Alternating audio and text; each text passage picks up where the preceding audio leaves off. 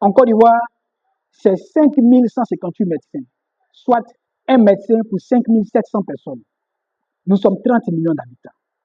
À Cuba, c'est 104 000 médecins, soit un médecin pour 106 personnes. Ils sont plus de 100 millions d'habitants. Au Japon, c'est 322 000 médecins, soit un médecin pour 385 personnes. Ils sont plus de 100 millions d'habitants. En Chine, c'est 4 460 000 médecins, soit un médecin pour 317 personnes.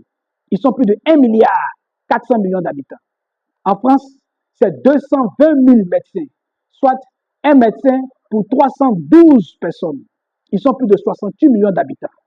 En Côte d'Ivoire, en Côte d'Ivoire, en Côte d'Ivoire, c'est 5 158 médecins, soit un médecin pour 5 700 personnes. Nous sommes 30 millions d'habitants. 30 millions d'habitants. 30 millions d'habitants. On comprend pourquoi c'est à Paris qu'ils vont se faire soigner.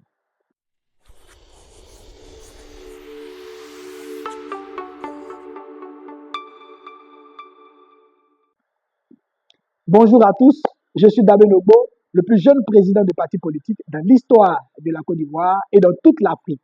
Par ailleurs, anciennement candidat à la candidature à l'élection du président de la République du 25 octobre 2025.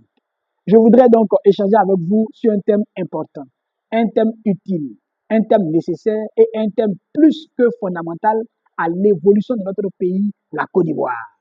Il s'agit donc de la santé. La santé. La santé. Alors, il faut savoir que ceux qui développent un pays, ce sont ceux qui sont en bonne santé. Et si nous avons des Ivoiriens qui ne peuvent pas être en bonne santé ou qui n'ont pas la capacité d'être en bonne santé, il ne peut pas avoir de développement réel, de développement vrai, de développement concret. Parce que nous voulons aller sur la terre des Canards. Mais pour aller sur la terre des Canards, il faut que les populations soient en bonne santé. Mais imaginez-vous tout un scénario d'infrastructure que nous faisons, les routes que nous faisons. Si le peuple n'est pas en bonne santé, pour pouvoir jouir pleinement de ce développement, pour pouvoir bénéficier pleinement de ce développement, ce n'est pas du développement. En d'autres termes, un pays qui n'est pas capable de tenir son système de santé est un pays mort. Mais il arrive souvent de constater que certains de nos citoyens et certaines de nos citoyennes, ivoiriennes et ivoiriens, sont malades.